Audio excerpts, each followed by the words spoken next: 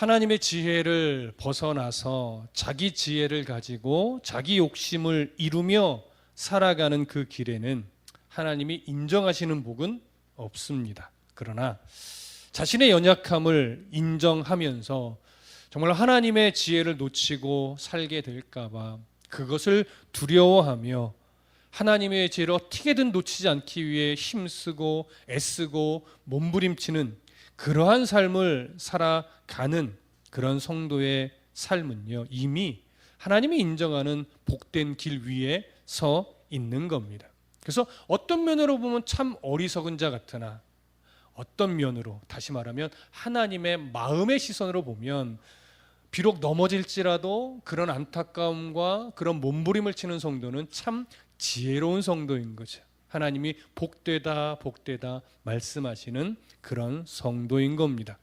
이제 솔로몬은요, 잠언 9장으로 들어가면서 지금까지 반복해 왔던 지혜와 어리석음에 대한 이 비교를 이제 드디어 정리하며 결론을 이제 맺으려고 하는 장으로 갑니다. 사실 우리는 거의 1년 동안 지혜와 어리석음에 대해서 지혜를 사랑해야 된다는 이런 말씀을 이 모양 저 모양 계속 반복해서 들어왔어요. 이제 9장은 그 지혜와 어리석음에 대한 이 비교가 이제 정리되는 장이라고 보시면 됩니다.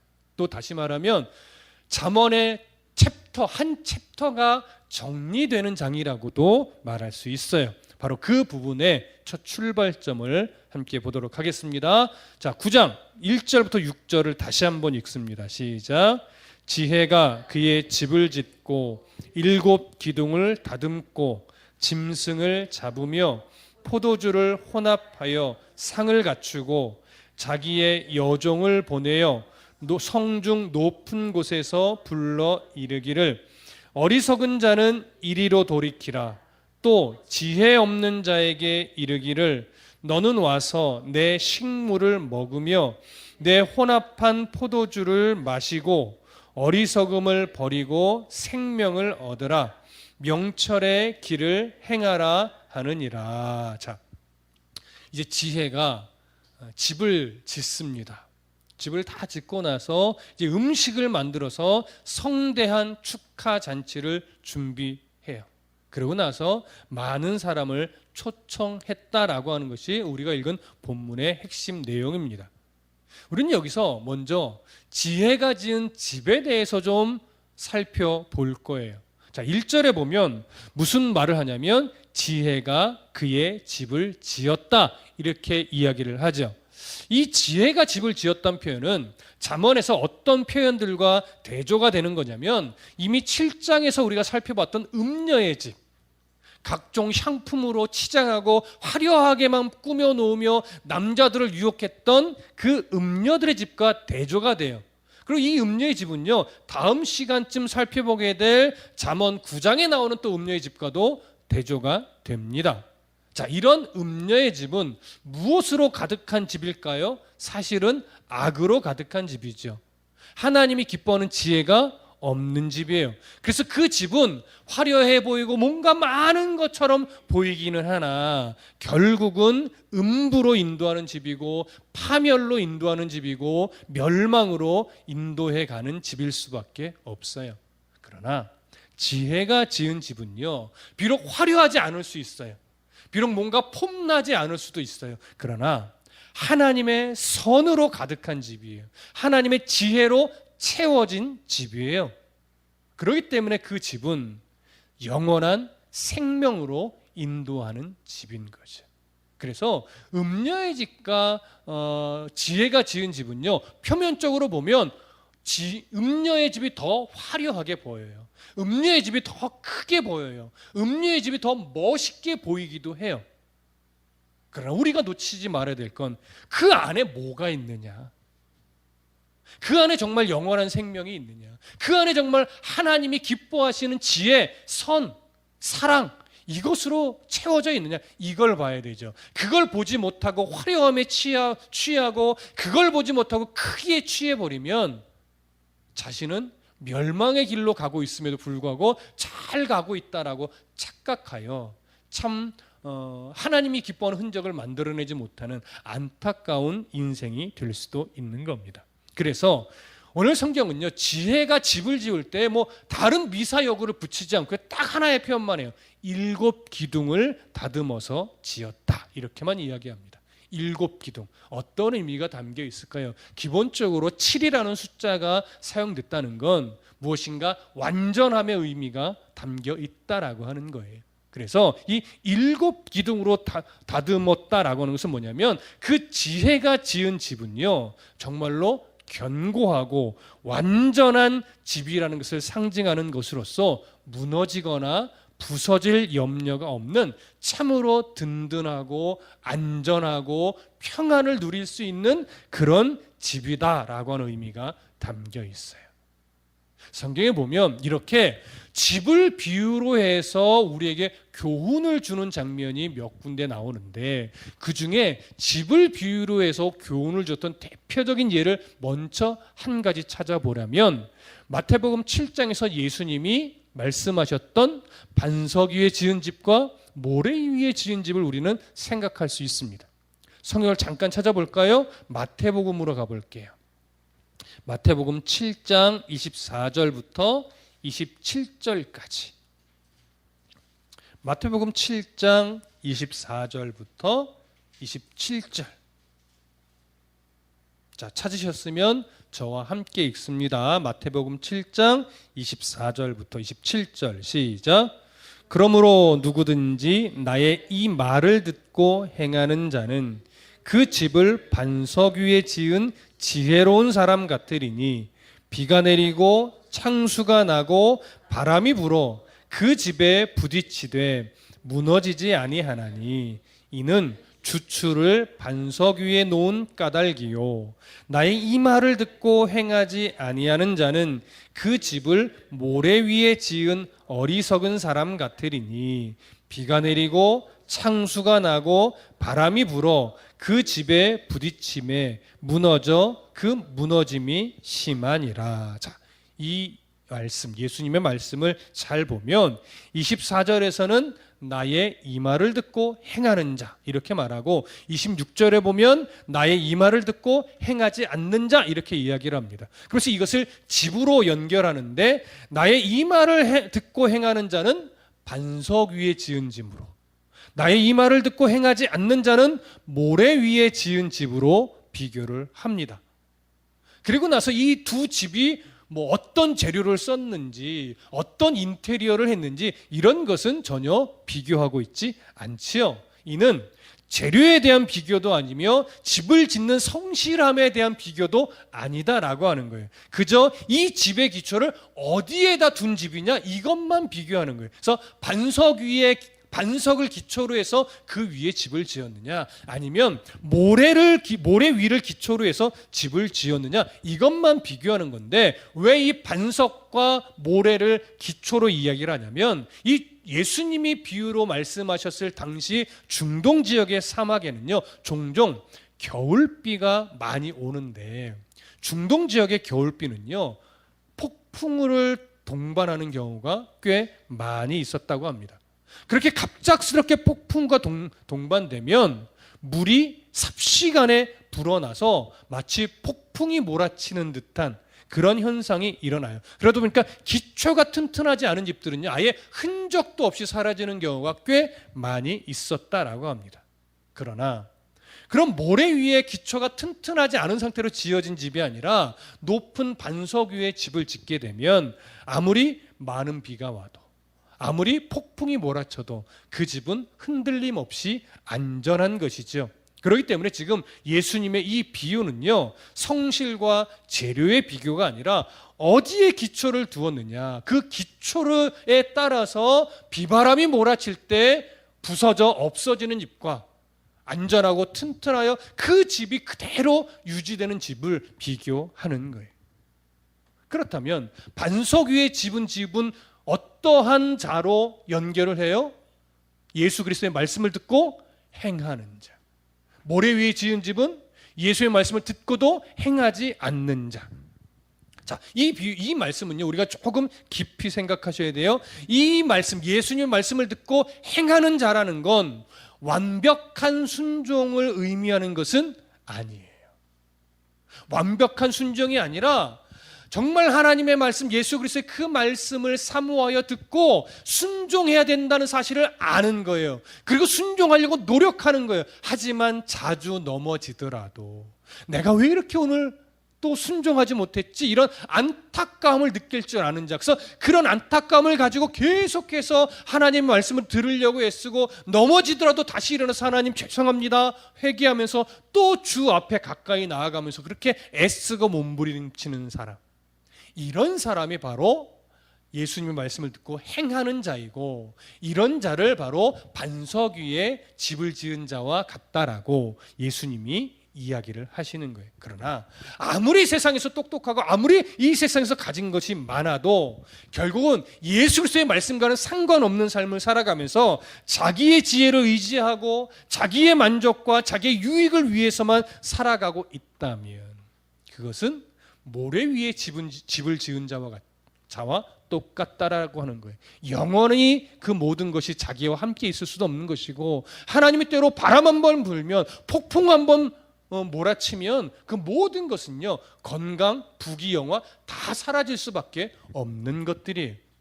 그러니 오늘 내가 주님을 사랑하고 주님 가까이 늘 가려고 애를 쓰고 또 그러지 못했을 때 안타까워하는 심정을 가지고 있다, 너무나 복된 자이고 참으로 지혜로운 자이고 하나님이 기뻐하는 자이며 반석 위에 집을 지은 자인 겁니다. 그런 의미에서 본다면 이 수요일 저녁 이 시간에 나와서 말씀 앞에 마음을 내어드리는 여러분들은 하나님 보실 때요, 너무나 기뻐하시는 분들임이 틀림이 없어요. 하나님이 여러분들의 그 몸부림과 사모함과 애씀을 이미 기쁘게 받으시고 이미 복된 길 위에서 걸어가시는 저와 여러분들의 모습을 오늘도 기쁘게 응원하고 계실 겁니다. 잘 가고 있다고, 조금만 더 힘내라고, 어렵고 고되겠지만 지금처럼 나와 함께 동행하자고 오늘도 위로하며 격려하실 거예요. 정말 바라건대 이런 예수 그리스도의 격려의 음성이 오늘 여러분들 심중 가운데 들려지기를 간절히 소망합니다. 자, 그리고 나서 또 집의 비유를 했던 대표적인 예를 하나만 더 보자면 이제 바울의 이야기를 할 수가 있어요. 바울이 고린도의 교회 성도들에게 이제는 건축하는 터를 비유로 해서 설명한 적이 있거든요. 자, 고린도 전서로 한번 가볼게요. 고린도 전서 3장으로 가봅니다. 고린도 전서, 사도행전, 로마서 다음에 고린도 전서 3장 10절과 11절을 함께 읽겠습니다. 고린도 전서 3장 10절과 11절 우리 함께 읽겠습니다. 시작. 내게 주신 하나님의 은혜를 따라 내가 지혜로운 건축자와 같이 터를 닦아 두매 다른 이가 그 위에 세우나 그러나 각각 어떻게 그 위에 세울까를 조심할지니라. 이 닦아둔 것 외에 능히 다른 터를 닦아둘 자가 없으니 이 터는 곧 예수 그리스도라. 아멘. 여기 보면 정말 지혜로운 건축자는 누구라고 말해요? 그건 예수 그리스도라고 말해요. 예수 그리스도가, 그러니까 하나님이 지혜로운 건축자인데 그 하나님이요, 그 아름다운 건축물이 세워질 터를 이미 정해 놓으셨다는 거예요. 닦아두셨다는 거예요. 근데 이 터가 결국은 누구래요? 예수 그리스도라고 하는 거예요. 그래서 오늘 성경이요, 이렇게 지혜로운 건축자이신 하나님이 예수 그리스도라고 하는 너무나 소중한 터를 닦아놨는데 또 이 세상에서 정말 지혜로운 건축자는 설계자이신 예수님이 닦아놓은 그 터 위에 집을 짓는 자가 지혜로운 자다라고 이야기를 하는 거예요. 아무리 화려하고 아무리 크고 멋져도 예수 그리스도라고 하는 그 하나님이 닦아놓으신 터가 아닌 전혀 엉뚱한 곳에 터를 닦고 집을 짓는다면 하나님은요, 그 사람은 참으로 어리석은 자다라고 말하는 거예요. 그게 화려하고 거기에 아름다운 보석들로 가득하고 거기에 아름다운 인테리어로 너무나 세련되게 멋지게 해놨다고 하더라도 그 터가 예수 그리스도가 아니면 그 집은 참 하나님이 기뻐하는 집일 수 없다라고 하는 것, 이것이 강조된 것이죠.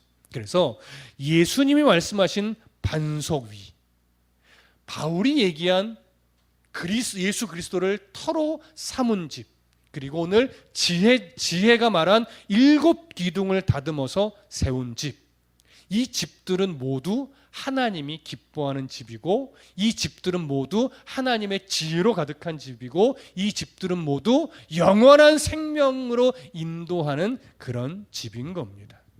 그렇기 때문에 이 집들은 어떤 폭풍이 몰아쳐도 우리가 그 안에만 머물러 있으면 안전하고, 그 안에만 머물러 있으면 평안하고, 그 안에만 있으면 무너지고 부서질 염려를 하지 않아도 되는 그런 집인 거예요.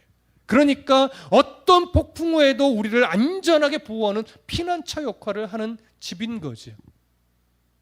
오늘 우리가 바로 그러한 집 안에서 살아가는 성도여야 합니다. 그렇다면 그 집은 단순하게 건물로서의 집이 아니겠지요. 바로 영적인 우리의 집이에요. 영적인 우리의 피난처를 누구로 삼느냐? 이것이 바로 오늘 본문이 말하는 7 기둥을 다듬어서 지은 집이에요. 지혜가 그 집으로 초대하는 거예요. 왜요?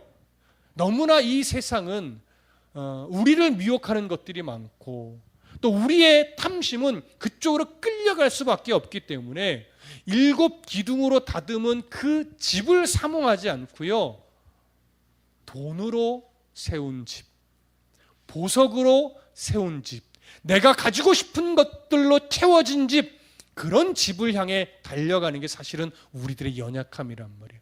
그 걸음을 멈추고 너희들의 진정한 피난처가 되신 7 기둥으로 다듬은 집, 말씀의 반석 위에 세워진 집, 예수 그리스도가 터가 되어주시는 그 집을 사모하고 그 집 안에 거하는 인생이 되어야 한다라고 하는 것, 이것을 지금 강조하는 것이죠. 지혜는요, 오늘 이런 집을 건축한 이후에 이제 잔치를 베풀기 위해 준비를 하는데, 먼저는 짐승을 잡았다라고 이야기를 하고 포도주를 혼합하여 상을 베풀었다라고 이야기를 합니다. 짐승을 잡았다는 건 어떤 의미일까요? 종종 학자들이 가끔 이 짐승을 잡았다는 것은 제사를 드리기 위해서 제물을 잡은 것이다 이렇게 말하는데, 맥락을 보면 그렇지는 않습니다. 여기서 짐승을 잡았다는 거 하는 것은 잔치를 위해 요리를 했다는 얘기예요. 짐승으로 그렇게 해서 요리를 하여 음식을 준비했고, 포도주를 혼합했다라고 하는 것은 포도주 원액에 물을 섞어서 사람이 마시기에 편하게 했다라고 하는 의미가 될 수도 있고, 또 하나는 포도주에 몰약이나 꿀이나 향료를 섞어서 아주 향기로운 포도주로 만들었다, 이런 의미도 돼요. 어떤 의미든 간에 중요한 건 뭐냐면 가장 좋은 포도주로 준비를 했다라고 하는 의미가 되는 거죠. 이렇게 지혜는요, 영혼을 살리는 생명의 양식을 충분하게 준비했다라고 하는 의미로 짐승을 잡았다라고 이야기를 하는 것이고, 포도주를 혼합해서 상을 베풀었다 이렇게 말하는 겁니다. 이렇게 생명을 살리는 음식을 준비했다는 표현은 어떤 표현과 대조를 이루냐면, 잠언 7장 16절과 17절에서 우리가 살펴본 것처럼 음녀가 말하죠. 내 침상에는 요와 애굽의 문이 있는 이불을 폈고 몰약과 침상과 계피를 뿌렸노라. 이렇게 화려하게 꾸며진 음녀의 집과 비교가 되는 거예요. 그 음녀의 집은 정말 값비싼 것들로 가득 채워졌죠. 하지만 그 음녀의 집은 결국 파멸로 인도하는 집일 수밖에 없었어요. 그러나 지혜가 집을 짓고 짐승을 잡고 포도주를 혼합해서 상을 베푼 것은 정말 영혼을 살리는 생명의 양식으로 가득 채워진 집이기 때문에 우리의 생명을 영원한 하나님의 나라로 인도하는 그런 참으로 복된 집이 되는 겁니다. 자, 이렇게 지혜가 7 기둥을 다듬어서 세운 집, 예수님이 말씀하셨던 말씀의 그 반석 위에 세운 집, 바울이 얘기했던 예수 그리스도를 터로하여 세운 집, 바로 이 집은 영혼을 살리는 생명의 집인데 오늘 우리는 그 집을 사모하고 있습니다. 오늘 우리는 어떻게 해서든지 그 집 안에서 살기를 소망하고 있습니다. 그래서 오늘 우리는 참 복된 자인 거예요. 여러분 잘 들으세요. 오늘 지혜가요, 이렇게 집을 짓고 그 다음에 음식을, 생명의 양식을 준비해 놓고 이제 사람들을 초대했다고 하는데 그 부분은 우리가 다음 주에 살펴보겠지만 4절을 잠깐 보세요. 9장 4절. 여기에 보면 그 지혜가 초대하는 자가 누구예요? 어리석은 자는 이르러 돌이키라. 또 지혜 없는 자에게 이르기를, 이러면서 지금 지혜가 초대하는 자는 누구냐면요, 어리석은 자들과 지혜 없는 자들이에요. 그런데 또 그 다음 주에 볼 내용이지만 7절을 잠깐 보세요. 7절 보면 이렇게 돼 있어요. 거만한 자를 징계하는 자는 도리어 능욕을 받고 악인을 책망하는 자는 도리어 흠이 잡히느니라. 그래서 거만한 자에게는요, 거만한 자를 초대하지 말라는 거예요. 악인들을 초대하지 말라는 거예요.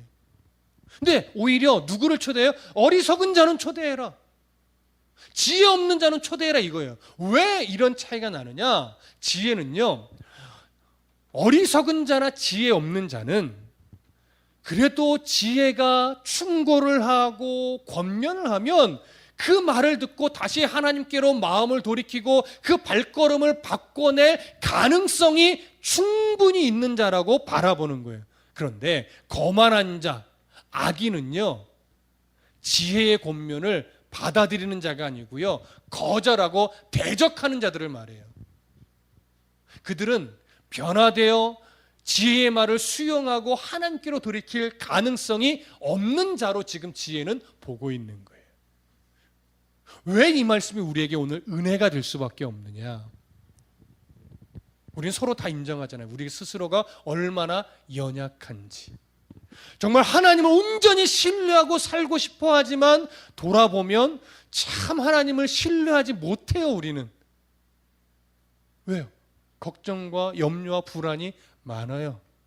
성도뿐이겠습니까? 목회자도 마찬가지죠.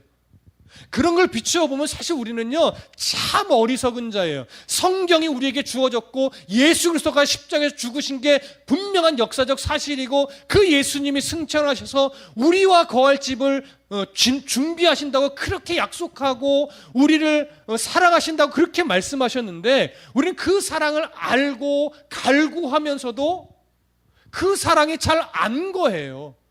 예수님이 오라 하지 않아서가 아니고요, 내가 자꾸 내 욕심이 세상으로 자꾸 달려가면서 그 손을 자꾸 놓는 거예요. 그만큼 우리는 사실 어리석어요. 그만큼 우리는요, 지혜롭지 못해요.